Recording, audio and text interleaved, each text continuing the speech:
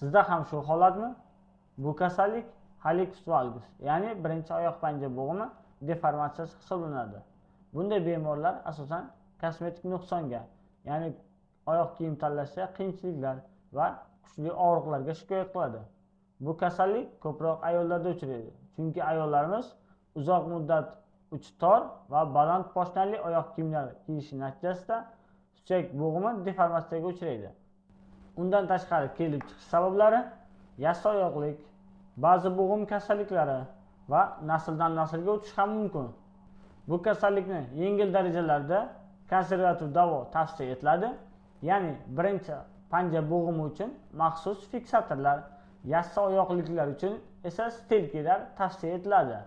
Operativ davo esa mutaxassis travmatolog ortopedik ko'rigidan so'ng lozim topsa tavsiya etiladi.